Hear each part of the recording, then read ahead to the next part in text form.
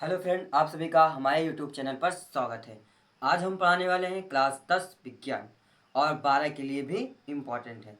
ठीक है, तो इसमें हम बताने वाले हैं प्रकाश परावर्तन तथा अपवर्तन चैप्टर से। हमारा आज का टॉपिक है लेंस द्वारा आवर्धन। लेंस द्वारा आवर्धन क्या होता है? बहुत ही आसान है। चाहे तो आप ये परिभाषा याद कर लीजिए और चाहे तो आपको हम एक परिभाषा और बताएंगे जो सूत्र के नियम के अनुसार है। उस पर भी आप परिभाषा लिख सकते हो, कोई दिक्कत नहीं है। क्या कह रहा है? लेंसों द्वारा बने किसी वस्तु के प्रतिबिंब की लंबाई, वस्तु की प्रतिबिंब की लंबाई तथा उस वस्तु की लंबाई के अनुपात के रेखीय आवर्धन कहते हैं। इसे यम से प्रदर्शित करते हैं। किससे प्रदर्शित करते हैं? यम से। यानी कि रेखीय आवर्धन क्या हुआ? रेखीय आवर्धन सबसे पहले क्या है? वस्तु के प्रतिबिंब की लंबाई। क्या है? प्रतिबिंब की लंबाई। पहले करेंगे प्रतिबिंब की लंबाई, प्रतिबिंब की लंबाई और अपान यानी कि तथा। प्रतिबिंब की लंबाई किससे प्रदर्शित करेंगे? आई से या एच आई से। आई से भी कर सकते हैं। किससे? आई से या तो एच डैश से, क्योंकि लंबाई यानी ऊंचाई और क्या है? वस्तु की लंबाई यानी कि वास्तविक वस्तु की लंबाई।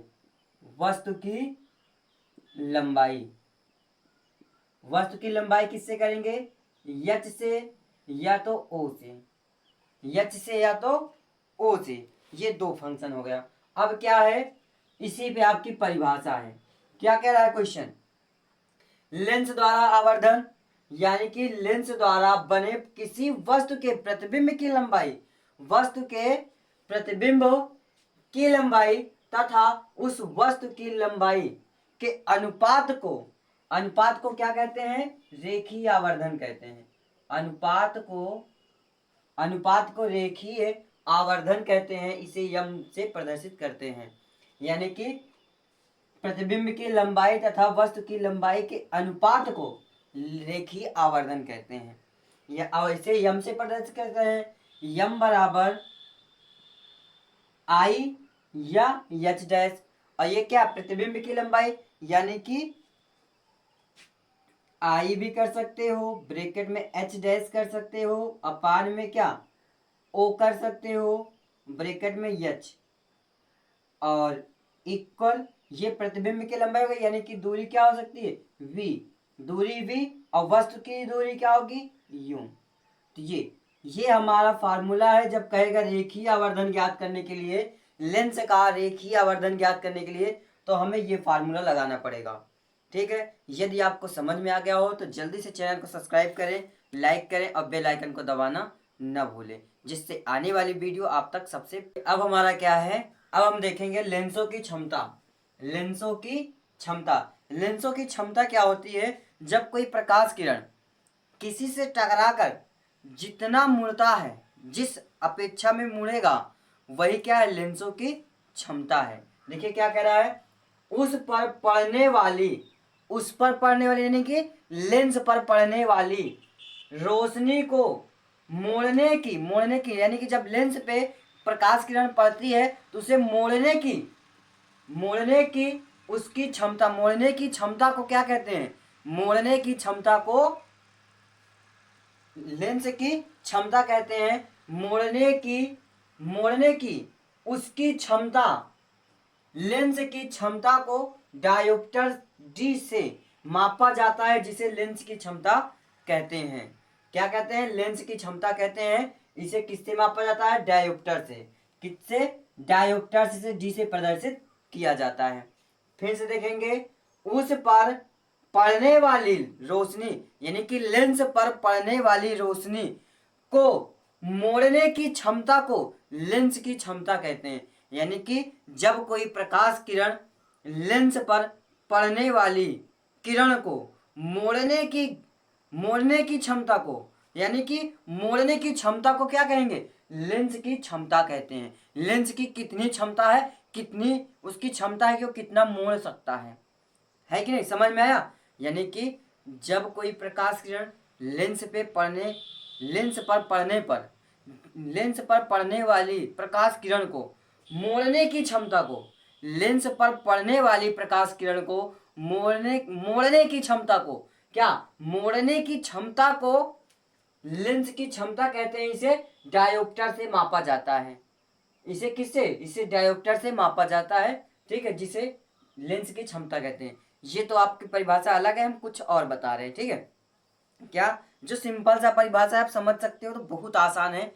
जैसे कि लेंस है, चश्मा बहुत लोग पहनते हैं जिसका आंख थोड़ा सा डैमेज हो जाता है, मतलब कम दिखाई देने लगता है, धुंधला दिखाई देने लगता है, तो क्या करते हैं, चश्मा बनवा लेते हैं। तो चश्मे में क्या होता है, लेंस लगा होता है, और उस चश्मे में जब लेंस लगा होता है तो उस पर क्या पड़ेगी, प्रकाश किरण। पढ़ने वाली प्रकाश किरण को लेंस द्वारा मोड़े गए क्षमता को क्या कहेंगे, लेंस की क्षमता कहते हैं। यानी कि लेंस द्वारा मोड़े गए प्रकाश किरण को लेंस की क्षमता कहते हैं। इसे डायोप्टर से मापा जाता है। अब इसमें थोड़ा पॉइंट जान लेंगे छोटे छोटे। लेंस की क्षमता को मीटर में उसकी फोकस दूरी के व्युत्क्रमानुपाती के रूप में परिभाषित किया जाता है। यानी कि व्युत्क्रमानुपाती के रूप में परिभाषित करते हैं। यानी व्युत्क्रमानुपाती होता है किसका, लेंस की क्षमता को मीटर में उसकी फोकस दूरी, यानी कि क्षमता को मीटर में उसकी फोकस दूरी के व्युत्क्रमानुपाती होता है, यानी कि व्युत्क्रमानुपाती के रूप में परिभाषित किया जाता है। अगला क्या है, लेंस की क्षमता का सूत्र D = 1/f।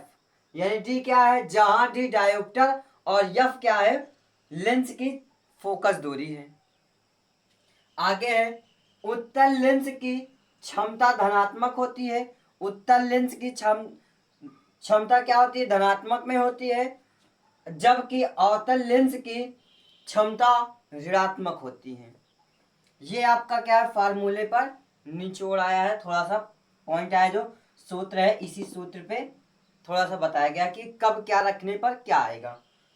अतः 1 मीटर फोकस दूरी वाले लेंस की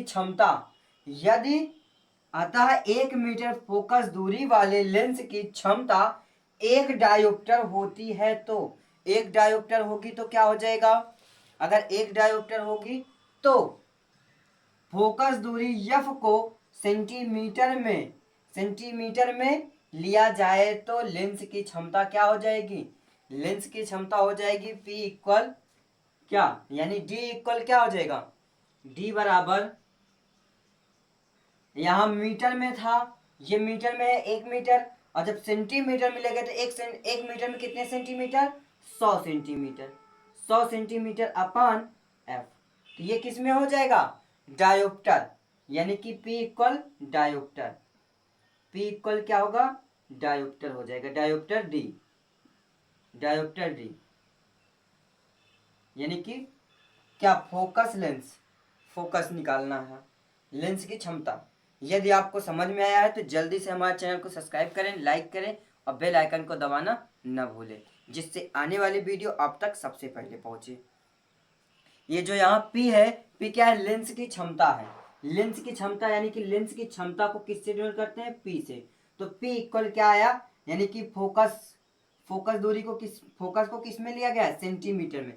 यहाँ 1 मीटर फोकस दूरी है, अब 1 मीटर में कितने सेंटीमीटर, 100 सेंटीमीटर, तो फोकस दूरी किस में लिया, 100 सेंटीमीटर में लिया, सेंटीमीटर में लिया 100 बटे फोकस, यानी कि लेंस की क्षमता को किससे मापा जाता है, D से, यानी डायोप्टर से, और लेंस की क्षमता को P से। तो P इक्वल 100/F डायोप्टर। यानी कि जब आपको कहीं पे सवाल लगाना होगा, डायोप्टर में ज्ञात कीजिए, यानी कि लेंस की क्षमता ज्ञात करने के लिए कहेगा, तो यही फार्मूला आपको लगाना पड़ेगा। डायोप्टर देगा तब पर भी आपको यही लगाना पड़ेगा, और बहुत आसानी से सवाल सॉल्व कर सकते हैं। तो जल्दी से चैनल को सब्सक्राइब कर लें, जिससे आने वाली वीडियो आप तक सबसे पहले पहुंचे। आगे चलेंगे इसी चैप्टर से संबंधित मेन क्वेश्चन और इम्पॉर्टेंट क्वेश्चन को लेकर के आने वाले हैं, जो आपके बोर्ड एग्जाम के लिए बहुत ही इम्पॉर्टेंट है। तो इसीलिए जल्दी से चैनल को सब्सक्राइब करें, लाइक करें, बेल आइकन को दबाना ना भूलें, जिससे आने वाली वीडियो आप तक सबसे पहले पहुंचे। वीडियो में अंत तक बने रहने के लिए आप सभी का धन्यवाद।